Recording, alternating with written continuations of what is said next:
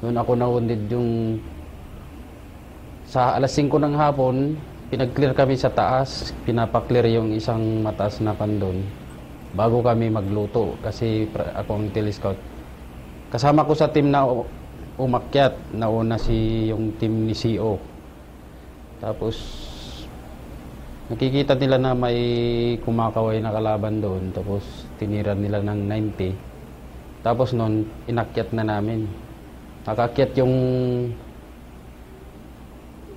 isang team, tapos sumunod kami doon na yung nirat-rat kami doon na paakyat. Nung sigawan na, putukan na, mga padilim na noon nung sinabihan ako na i-recover si CO, yun, may kasama naman ako noon. Pinadihan ako noon Staff Sergeant Katsero. Pinasa sa akin si CO kasi wounded na si CO, nagbakbakan sa taas. Hindi ko alam kung kinabukasan ko lang nalaman na yung putukan na yun may nadali sa amin dalawa. Tay yung dalawa, halos na wounded yung isang team na nakaakyat. Pero nasa paganyan din kami. Hindi lang kami na mismo doon sa taas. Yun ang sinabi na wounded di CO. Ako ang kay CO, kumuha kay CO doon. Kaya doon naman ako, hindi ko makalimutan yun kasi ako yung private ako noon. Ako ang nag-withdraw sa kanya. Pinapahabulan kami ng sniper. Nagpapahinga ako. Kada isang buhat pahinga, tanggal ako ng upper para sabay buhat na naman kay yung CO namin, si Major Manzano. Pagbuhat ko, pagka medyo pagod na naman, ko na naman siya baba. Tapos kasi mabigat siya mabigat. Tinanggal ko yung combat para magaan. Sabay yung pangatlo, kasi pababa na ako sa low ground. Kasi ang tinatarget ko, punta na kami doon sa baba, yung sa tangke. Kasi doon na yung mga kasama namin sa baba, yung palar.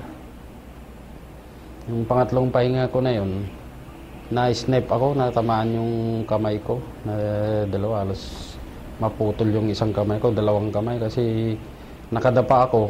Galing sa kaliwa yung tumama, halos dumaan, kasi nakaganyan ako, dumaan yung sa mata ko, sunog pa nga yung ng kilay ko noon. Maaring sa ulo ang target sa akin, pero konti na lang yung kaya dito sa braso ko tumama, kasi nakadapa ako noon.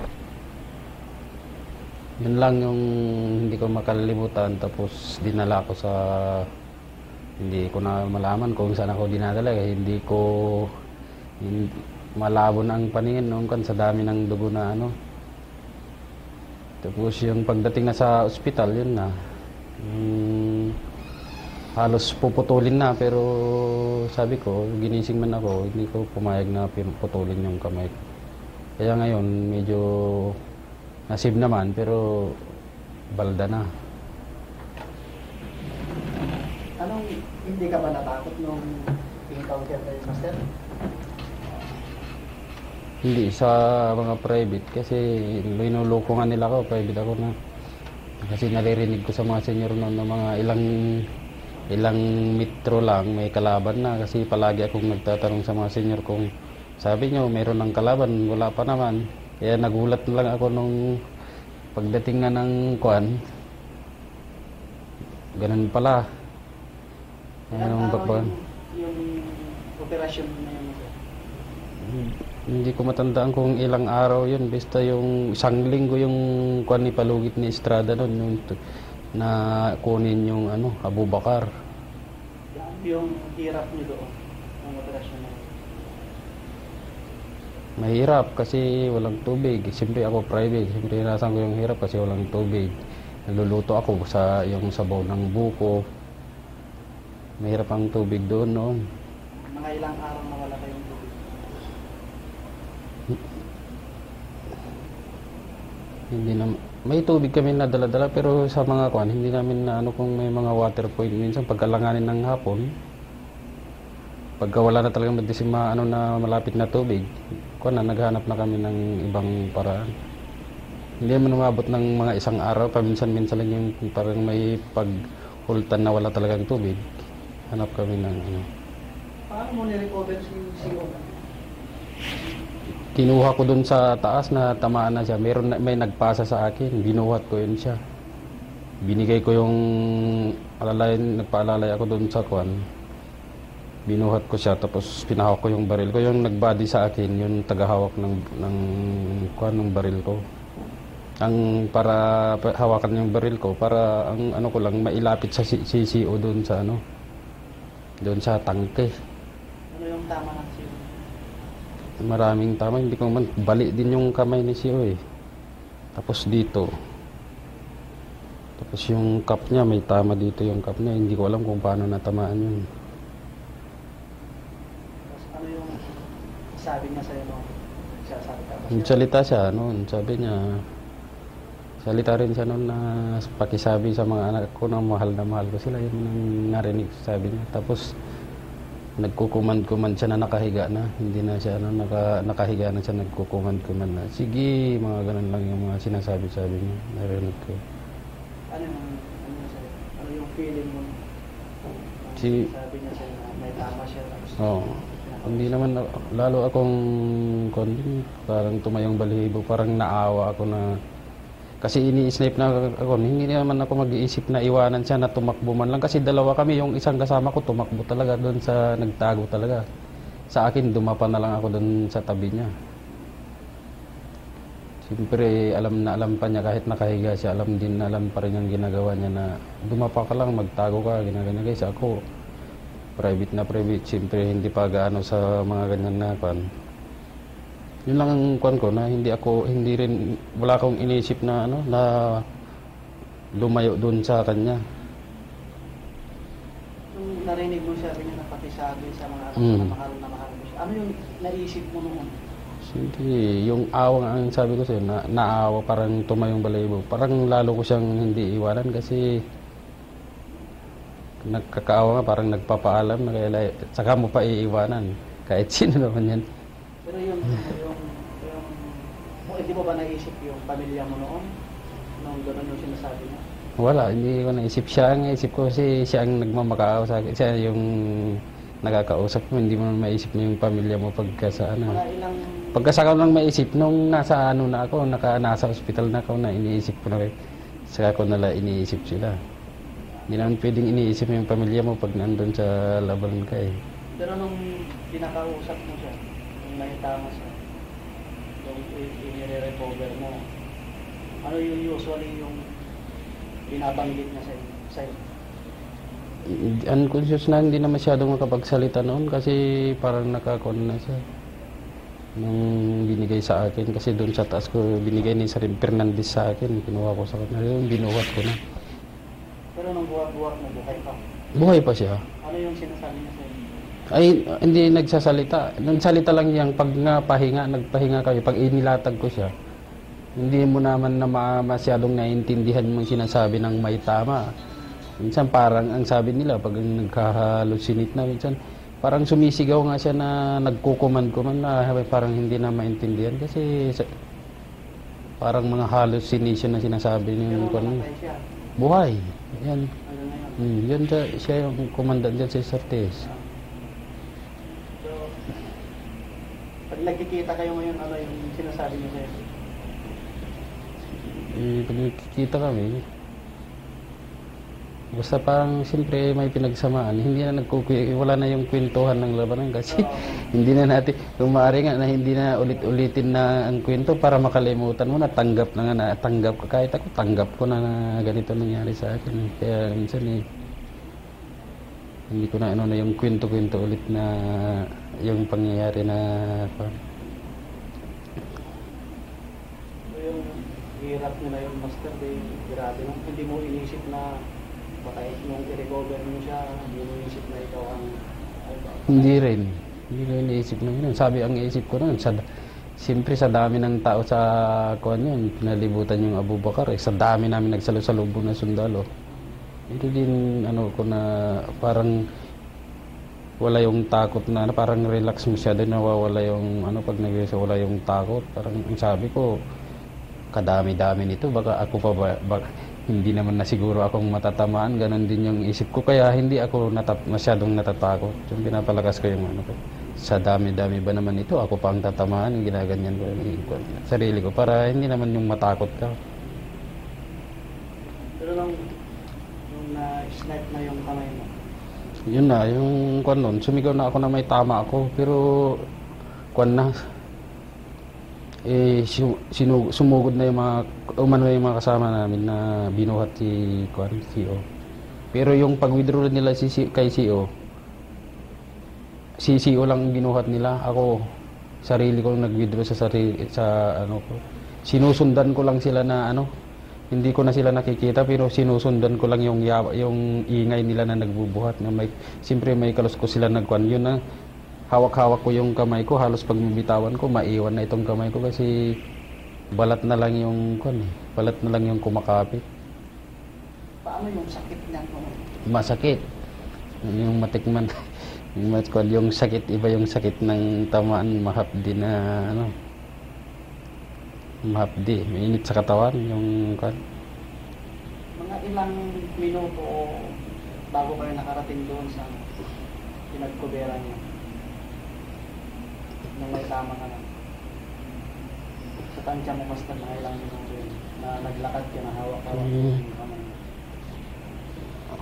Wala naman siguro isang oras yun kasi malapit na, mga less than 100 meters na lang yun. Pero masukal, may mga, yung kanang sukal niya, mga kwan, hindi naman kugon, yung ano, ligda nga, katitil, may ligda. Kasi yung pagdating ng nung matamaan ako, may kuman yung kalaban na sabi na, Allahu Akbar, yun na, sabi ko, patay na, sabi ko. Kasi pag binabaan kami talaga, pero marami pa rin kami mga kasama doon. Pag pababa rin sila, marami pa lang nakadapa doon pala na ano. Kasi kaya hindi sila gumagalaw kasi lugi kami sa ano, nasa baba. Kaya inaantay lang nila na siguro mag-assault sila. Pero yung kuman nila na assault, hindi sila paatras pala sila doon. Umatras sila. Yung hapon na, paggabi na yun. Pero nung na ano yung kamay mo, ano yung mga pumasok sa isip mo?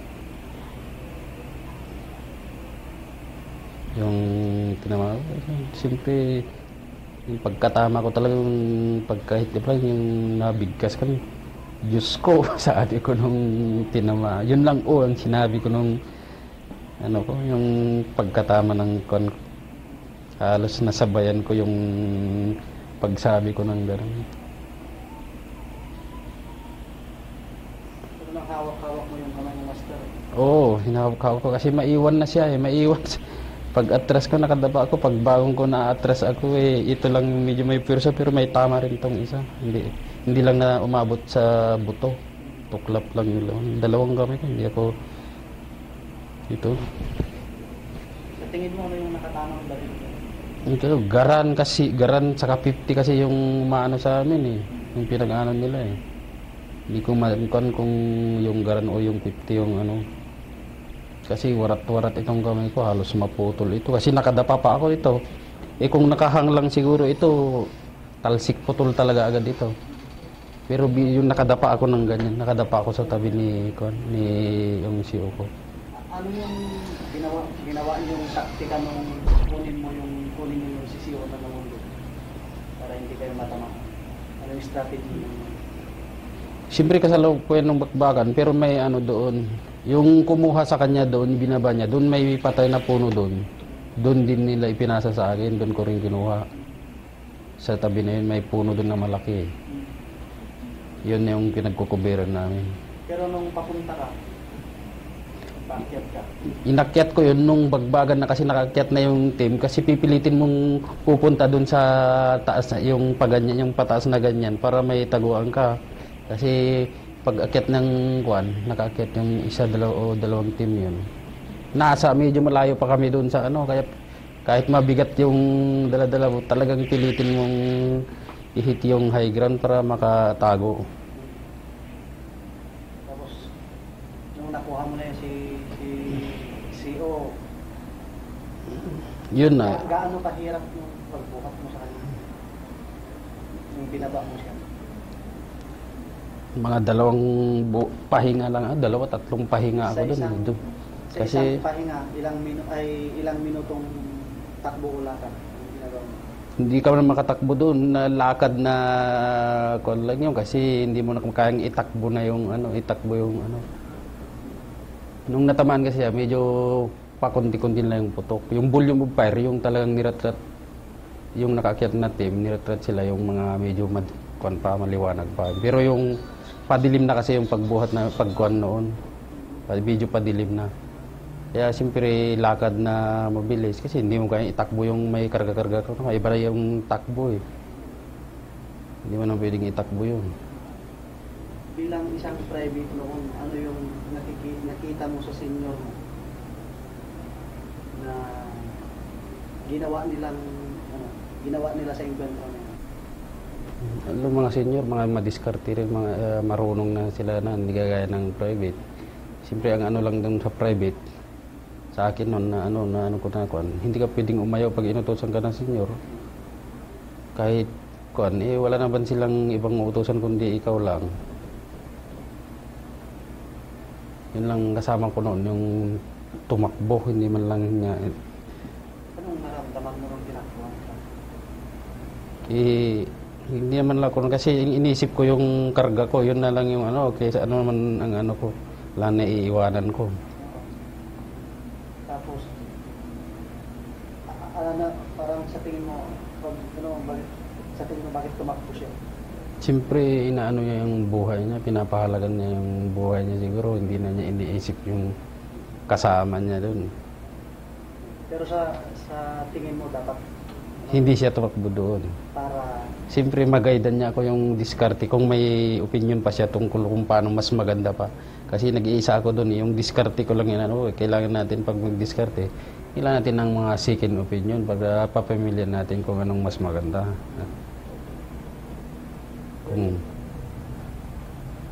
tungkol sa nakita mo kay CEO mo, Master, kahit na may tama na siya, ano yung parang bubilib ka sa kanya? Pinabibiliban mo sa kanya kahit may tama na? Bilib ako doon kahit may tama din siya noon. Yung parang yung kanya noon, kahit grabe yung tama niya, nakahiga siya. Inaano pa rin niya yung pagka-CO niya doon, parang nagkukuman, maaring hindi na maintindihan yung mga command niya, na parang nagpaano pa rin na hindi yung mga tao, hindi magano yung mga tauhan niya. Kasi subisi ko doon, sige, PIP company, hindi ko na makuha yung mga exact word pala, pero ini-encourage niya yung nagsisigaw-sigaw siya. Pero nakakuha na siya, nakahilata na siya, wala na siyang nakahiga na siya. Pero ka rin siya? Binabagbagan pa rin? Pinipick up kami ka doon kasi siya ang pinipick up. Pero mas maganda sa kanya kasi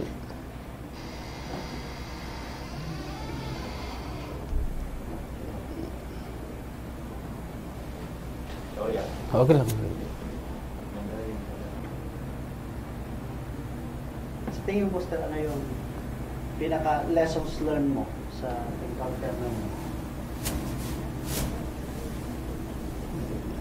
Yung natutunan mo sa encounter na yun? Yung natutunan ko lang doon kasi kahit halos mamatay ako doon, hindi ko ipinahiya yung sarili ko hanggang matapos akong magserbisyo. Kasi kahit nakikita nila akong balda, hindi ko kinakaya kasi hindi ako tumakbo sa kalaban kahit wala akong na tumakbo. Kasi yan man dapat ang kinakahiya natin kasi sundalo tayo. Kasi magkakaroon ka ng isang beses kahit sa dami ng kantero, magkakaroon ka ng isang beses na tumakbo ka, tinakbuhan mo yung kasama mo. Yun ang nakakahiya. Na dapat kasi mas matanggap mo yung ganito na baldado kasi yung na duwag ka habang buhay yun na kahit pa hindi ka baldado, kung Sabi nga, takbuhin ka. Yun lang. Yung sa, yung sabi ko nga, ikaw yung nagsakripisyo para kay CEO mo. Ano yung, bakit gagawin ko ito? Ano yung, motivation mo? Pwede ka naman, diba, pwede ka magtago sana para ano. Pero ano yung nasa isip mo, Master? Basta yung inisip ko siya, nung iligtas din talaga siya. Kasi yung iniisip mo kung yung nakita mong halos kawawa na, siyempre yung awa at saka yung kwan, yun na yun. Wala akong iniisip, hindi mo naiisipin yung sarili mo pagka gano'n. Yung iniisip mo kung dalawa kayo, ikaw okay ka, yung isa hindi okay. Siyempre ikaw nag-iisip doon sa may tama. Kung anong kwan. Ano yung naramdaman mo nung nakita mo na may wounded, may patay? Ano yung pumasok sa isipan mo? Ilan yung wounded nyo noon? Ilan yung patay nyo? Dalawa. Dalawa yung... Yung patay doon sa nakakyat natin. Tapos... Halos wounded yung 5, 4 yung wounded. Ano yung nasa isip mo? Hindi, pagkatapos na, wala akong naisip tungkol doon noon. Naisip ko na lang yun, no? Nasa hospital ako, yung nasa ano na. Hindi ko naisip kung nasa area ka, hindi mo maiisip yung kung ang focus doon. Siyempre kalaban yung focus, yung ano, wala kang ibang inisip, kundi ano. Nung marinig mo na may tama si Siro ba, may tama si Siro, ano yung, siyempre yung ano ko talaga, private na private. Kahit anong sabihin nila sa akin, gagawin ko na, kunin mo si Sio. Kunin ko rin agad. Hindi ako nag-ano na kwan. Wala naman iisip natin yung magpakabayani, pero yung kwan doon, talagang gagawin mo yan kasi ako pinaka-junior. Saka kahit sinong utusan na ano, pag itinuro ka ng senior mo na kwan mo, hindi ka pwedeng ayaw. Bagong graduate ng Ranger? Hindi pa, nung kwan kami, mga dispatch kami ng ano, mga private, puro mga private pa kami doon. Paano ka nakasurvive sa Ranger? Hindi, kwan ako. Nung dumating dito si Major Mansano, matagal na rin dito, siya inipay na honorary niya ako. Ni-recommend niya ako for honorary kasi honorary ako ng class 178.